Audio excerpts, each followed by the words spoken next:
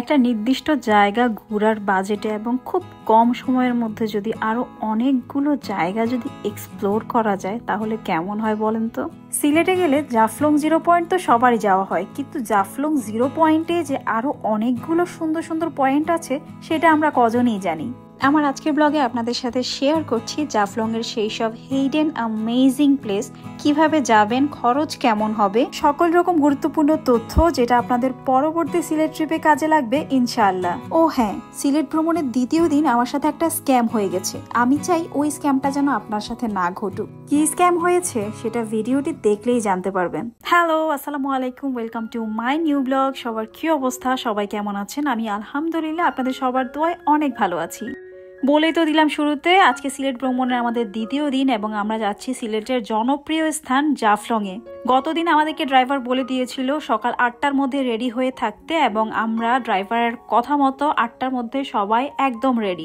কিন্তু ড্রাইভারই আসে দেরি করে, মোটামুটি 1 ঘন্টা পরে ড্রাইভার আসে। তো যাই হোক, আমরা 9টায় বাসা থেকে বের হয়ে যাই জাফলং এর উদ্দেশ্যে। এটা জাফলং যাওয়ার রুট, যেটা মারাত্মক লেভেলের সুন্দর, আর রাস্তার কথা কি বলবো, পুরাই মাখন। আর ওই যে দূরে দেখা যাচ্ছে পাহাড়, এগুলো যে কি সুন্দর লাগছে। আচ্ছা, এই পাহাড়গুলো কি ইন্ডিয়ার না বাংলাদেশের? জানলে আমাকে অবশ্যই কমেন্ট করে জানাবেন। চলে এসেছি জাফলং 0 পয়েন্টের খুব কাছাকাছি। এটা জাফলং 0 পয়েন্টের উপরের অংশ, যেখানে গাড়ি পার্ক করে রাখা হয়। আছে অনেক অনেক হোটেল, রেস্টুরেন্ট এবং শপিং করার জন্য অনেকগুলো ছোট ছোট শপ। সিলেট শহর থেকে জাফলং এ আসতে আমাদের সময় লেগেছে 2.5 ঘন্টার মতো। এসেই আমরা এখানে একটা রেস্টুরেন্টে নাস্তা করে নিচ্ছিলাম। আমরা চেয়েছিলাম সিলেট শহরে নাস্তাটা সেরে নিতে, কিন্তু আমরা যখন আসছিলাম তখন এত সকালবেলা সিলেটের কোনো রেস্টুরেন্ট আমরা খোলা পাইনি।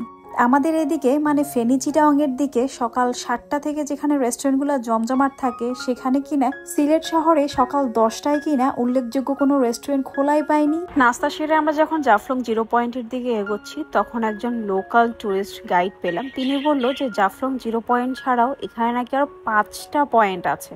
আমাদের একটা ট্যুরিস্ট গাইডের অফিসে নিয়ে গেল, যেখান থেকে ট্যুর প্যাকেজের আয়োজন করা হয়। তো সেখানে দেখতে পেলাম যে আমরা যে 5টা স্পটে যাব সেগুলো হচ্ছে 0 পয়েন্ট, ঝর্ণা, চা বাগান, খাসিয়াপল্লী, জমিদার বাড়ি। এবং আমরা মানুষ অনুযায়ী এই প্যাকেজের মূল্য রাখবে 2500 টাকা, যেটাতে কিনা নৌকা ভাড়া এবং অপর পাশে অটো ভাড়া ইনক্লুড রয়েছে। আমার কাছে এই অফারটার মূল্য বেশি মনে হয়েছে। তো আমরা 0 পয়েন্টের দিকে এগোতে থাকি। তারপর সেখানে আরো কিছু লোকাল টুরিস্ট গাইড দেখলাম, যাদের কোনো অফিস নেই, এবং তাদের সাথে মূল্যমূল্য করে এই 5টা জায়গায় ঘোরানোর জন্য আমি 1200 টাকা পে করব বলে ঠিক করে ফেলি। 0 পয়েন্ট থেকে একটু হাঁটলেই নৌকার ঘাটটা পাওয়া যায়। তারপর একটা চিকন নদী পার হয়ে আমরা উল্টো পাশে এসেছি। এখানে আবার অনেকগুলো ইন্ডিয়ান দোকান আছে, যেখানে কিনা ইন্ডিয়ান প্রোডাক্টস পাওয়া যায়। তারপর সেখান থেকে একটা অটো নিয়ে আমরা চলে যাচ্ছি খাসিয়াপল্লীতে অবস্থিত অনেক বড় একটা চা বাগান।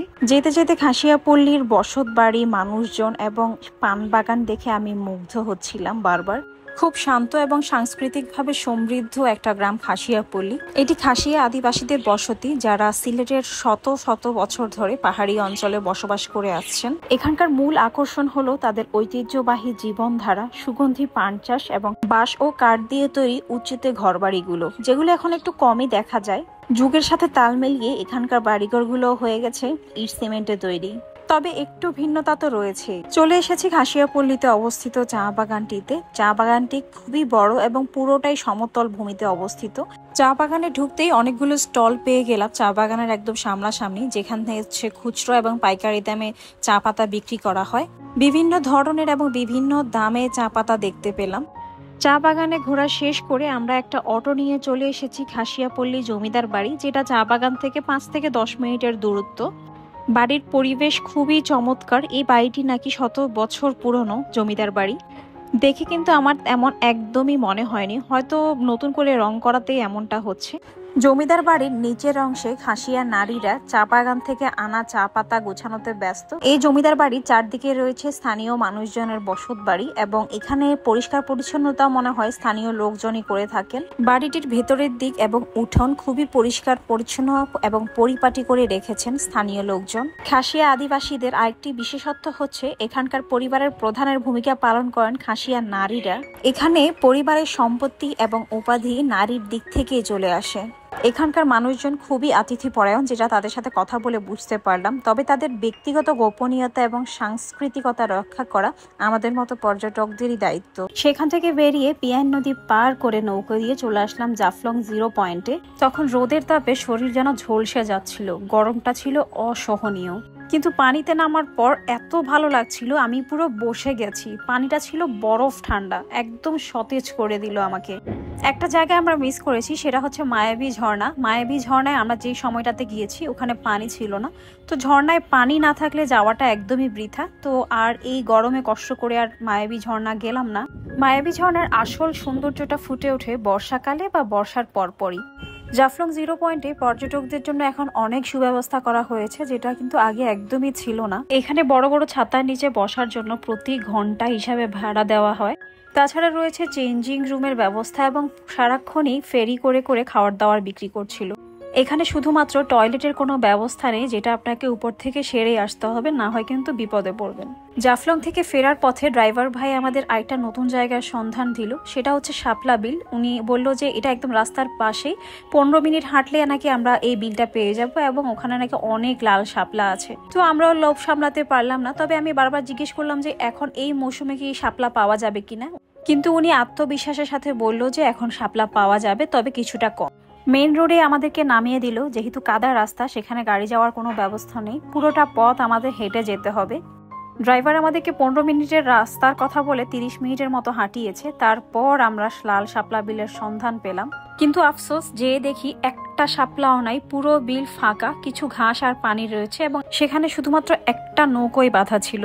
ড্রাইভারের সেই মুহূর্তে এই জায়গাটার সন্ধান দেওয়া আমার কাছে পুরোটাই স্ক্যাম মনে হয়েছে। যেহেতু ড্রাইভার সেখানকার স্থানীয়, উনি অবশ্যই জানতেন যে এখন এই মুহূর্তে শাপলা বিলে শাপলা নেই, তারপর উনি আমাদের এই জায়গাটা সাজেস্ট করে আমাদের সময়টা নষ্ট করেছে। আপনাদের জন্য আমার একটাই সাজেশন হলো, নতুন জায়গায় যাওয়ার আগে অবশ্যই সেই জায়গা সম্পর্কে একটু গুগলে ঘাটাঘাটি করে যাওয়া উচিত, যেটা আমি করি নাই এবং সেটার ফলও ভোগ করলাম। তারপর আর কি আমরা একরাশ দুঃখ নিয়ে সিলেট শহরে ব্যাক করলাম। সময়টা আমাদের এখানেই শেষ হয়ে গেছে, তাই আমরা আর অন্য কোনো স্পট ঘোরার সময় পাইনি। সিলেটে 2 দিনের ঘোরাঘুরি বাবদ আমরা যে হাইস্টা বুক করি সেটার জন্য আমাদেরকে 9000 টাকা পে করতে হয়। তবে ড্রাইভার আমাদের থেকে আরো বেশি ডিমান্ড করে এবং এটা নিয়ে একটা ছোটখাটো বাকবিতণ্ডা হয়। তো সর্বশেষে আমরা 9000 টাকা দিয়ে শেষ করি।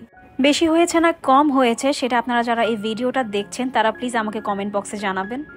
এই ট্রিপে অনেক গল্প জমেছে, অনেক মজার মজার অভিজ্ঞতা হয়েছে, কিছুটা হতাশাও ছিল। তো সবকিছু মিলিয়েই আমার এইটাই হচ্ছে সিলেট ট্রিপের শেষ ব্লগ। দেখা হচ্ছে পরবর্তী ব্লগে, ততক্ষণ পর্যন্ত সবাই খুব ভালো থাকবেন। আল্লাহ হাফেজ।